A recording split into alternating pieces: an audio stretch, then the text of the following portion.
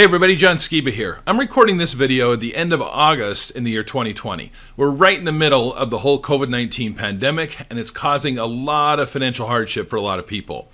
A lot of people that I talk to on a daily basis are realizing that they may have to file bankruptcy in the near future.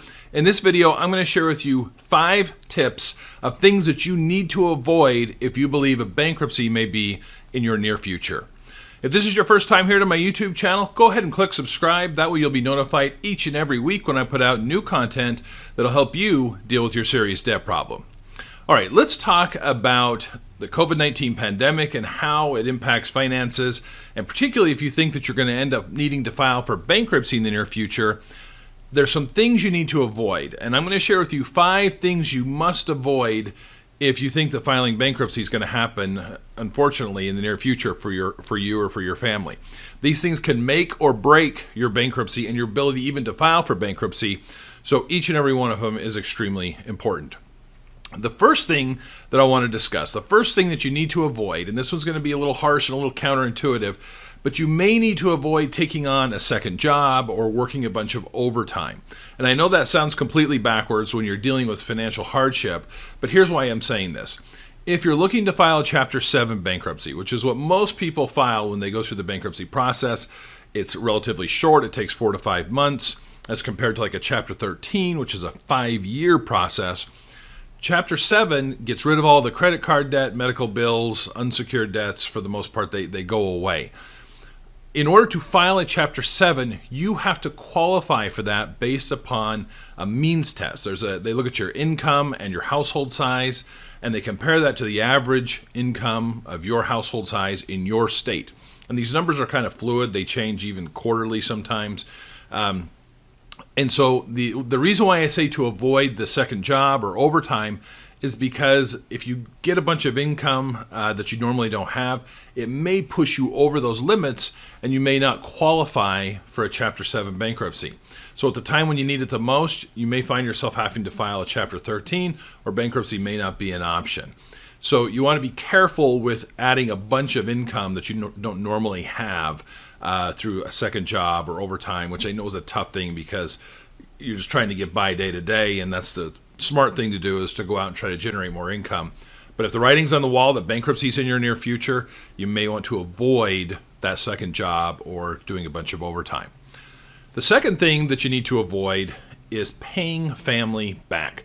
So this assumes that if you owe money to a family member or a friend, and you're thinking, hey, I need to file bankruptcy here in the next month or so, it's natural to say, I want to protect those people, so I'm going to go and I'm going to pay them back just so I don't have to deal with that in the bankruptcy. That can cause problems. That's what's known in the bankruptcy world as a preference. If you pay back a family member or a friend money that you owe them, and you do it in the year prior to the filing of your bankruptcy case, the bankruptcy trustee who gets assigned to your case can actually go get that money back. And how they do that is they sue them. They sue the family member, they sue the friend.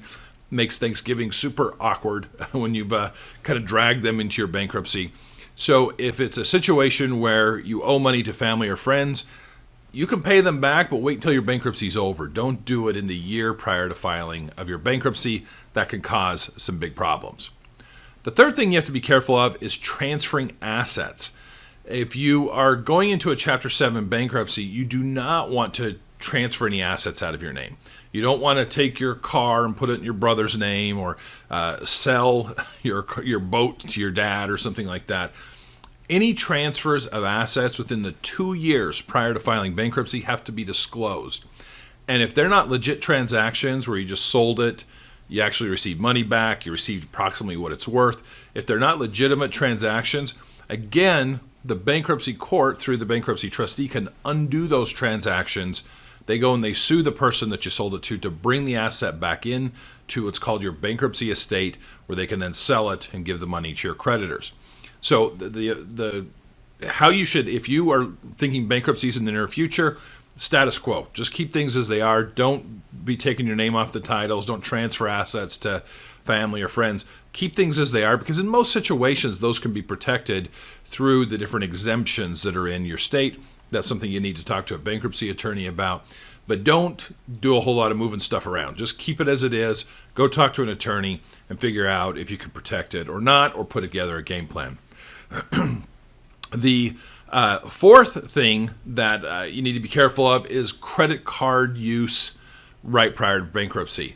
I just recently did a video on this where if you buy luxury items on a credit card within 90 days prior to the filing of your bankruptcy, those specific charges can be deemed non-dischargeable, meaning they don't go away through this process. Further, if you take out cash advances within 70 days, more than $1,000 of cash advances in 70 days prior to the filing of your bankruptcy, the credit card company can come in and object to those specific charges going away. So the best advice is to not use the credit cards if you think that you're heading into a bankruptcy, which again, I know is one of these things where if you're in financial hardship, that may be kind of the safety net that you have there. But you got to be careful of what it's used for. You don't want to buy luxury items. You don't want to go on trips or buy jewelry or buy real fancy electronics, things like that. And cash advances, try to avoid those as well. They can cause issues in a Chapter 7 bankruptcy down the road. And then the fifth tip that I would give you is to not pull a bunch of money out of any retirement accounts you have. If you have a 401k or an IRA, I know there's a temptation to say, I'm going to go and take that money and deal with my debt issues with that. A couple reasons I don't recommend you do that. One, if you go into bankruptcy, the 401ks and the IRAs are almost always protected. They're exempt under federal and most state laws. And so you're not going to lose those assets. You can keep the retirement accounts as you go through the bankruptcy. Two, if you're taking money out of your retirement account, if you pull money out of a 401k to pay off debt, not only are you taking the penalty for doing it, but you're missing out on the compound effect that retirement account has had for the years prior and in the years in the future, and you're putting your retirement at risk.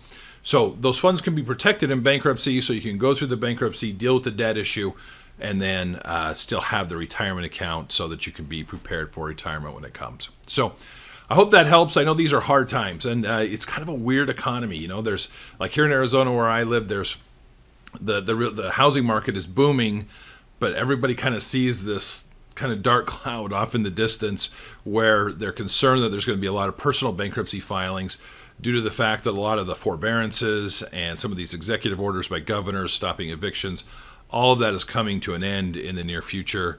The stimulus packages, the unemployment payments, those are down significantly. So hopefully that helps if you think that bankruptcy is going to be in your future. And it's a very powerful tool. It can definitely help bring some structure to your debt issues, get rid of the debts that you're dealing with. But there's some things you got to be careful of prior to filing that can cause some big problems and sometimes can make it so you can't even file. So that's the purpose of this video, is to give you kind of a heads up on things to be aware of as you're heading towards bankruptcy or dealing with your financial problem. But hope that helps. Appreciate you watching today. Thanks.